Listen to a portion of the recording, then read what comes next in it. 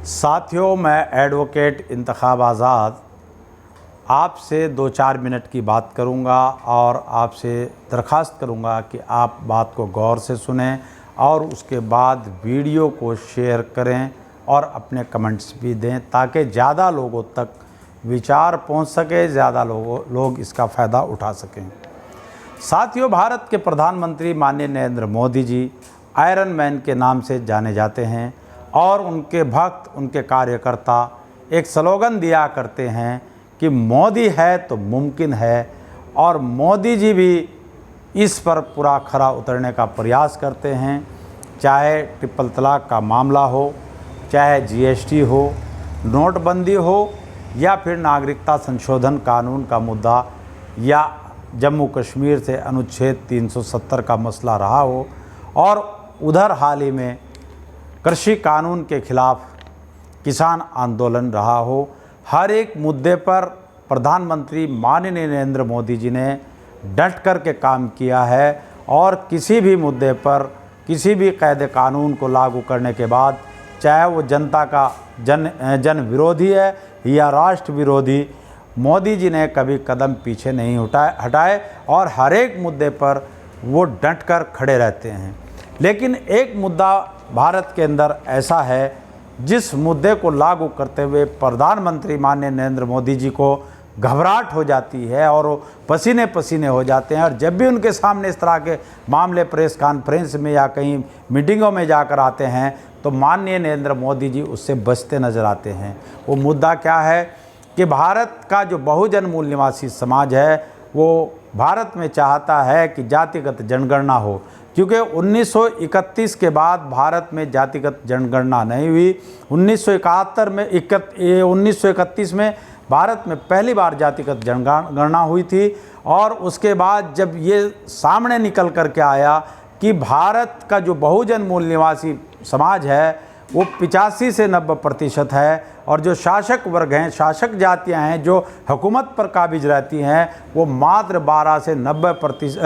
से 10% हैं। ऐसी स्थिति में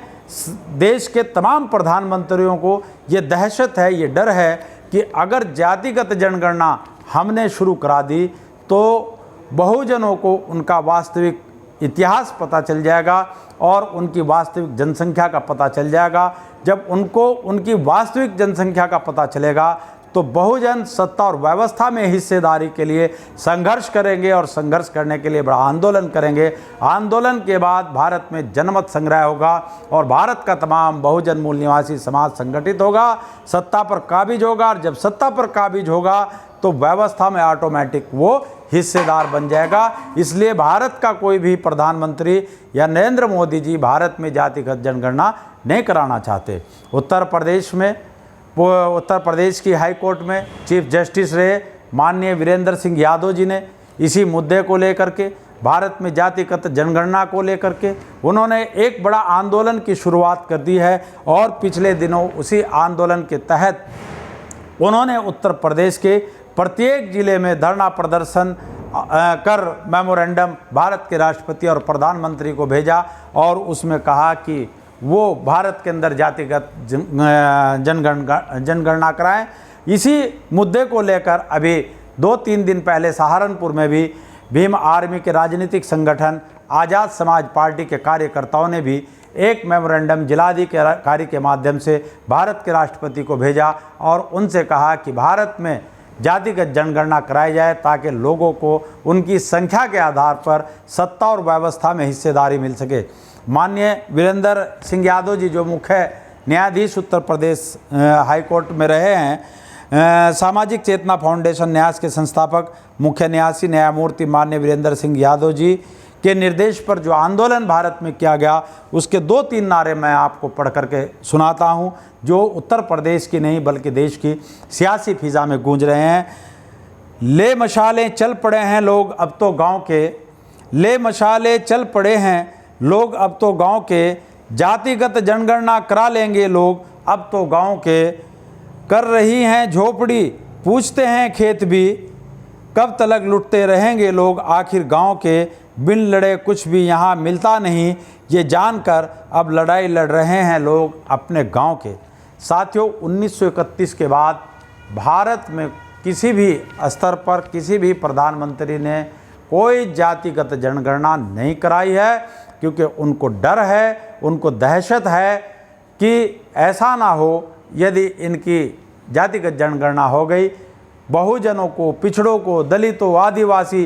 ये जो जितना भी 85% भारत का मूल निवासी समाज है, ये सब संगठित होकर सत्ता और व्यवस्था में बराबर की हिस्सेदारी के लिए संघर्ष करेगा। यही डर माननीय नरेंद्र मोदी जी और उनके सियासी आका माननीय मोहन भागवत जी को सता रहा है। इसीलिए वो इस जातिगत जनगणना से पीछे हट रहे हैं। इस तरह का मामला उत्तर प्रदेश के अंदर चल रहा है। साथियों, आपने मेरी बात को ध्यानपूर्वक सुना, उसके लिए आपका बहुत बहुत धन्यवाद। और मैं साथ ही एडवोकेट इंतखाब आज़ाद आपसे दरख्वास्त करूंगा कि आप अपने मोबाइल में यूट्यूब पर जाकर mission Akhilesh Yadav YouTube channel को सब्सक्राइब करते हुए वीडियो को शेयर करें, लाइक करें, अपने कमेंट्स दें, ताकि ज़्यादा से ज़्यादा लोगों तक ये बात पहुंच सके और भारत में जातिगत जनगणना के लिए एक बड़ा आंदोलन खड़ा हो सके, जिससे भारत का बहुजन मूल निवासी समाज सत्ता और व्यवस्था में बराबर का हिस्सेदार बन सके। और फिर वो व्यवस्था जो वर्ल्ड इंसाइक्लोपीडिया बाबा साहब डॉक्टर भीमराव अंबेडकर ने संविधान में दी थी कि समानता, स्वतंत्रता, न्याय और बंधुता, वो भारत के बहुजनों को उसका पूरा लाभ मिल सके, उनको उसका पूरा फ़ायदा पहुंच सके। जय समाजवाद, जय भीम, जय मूल निवासी।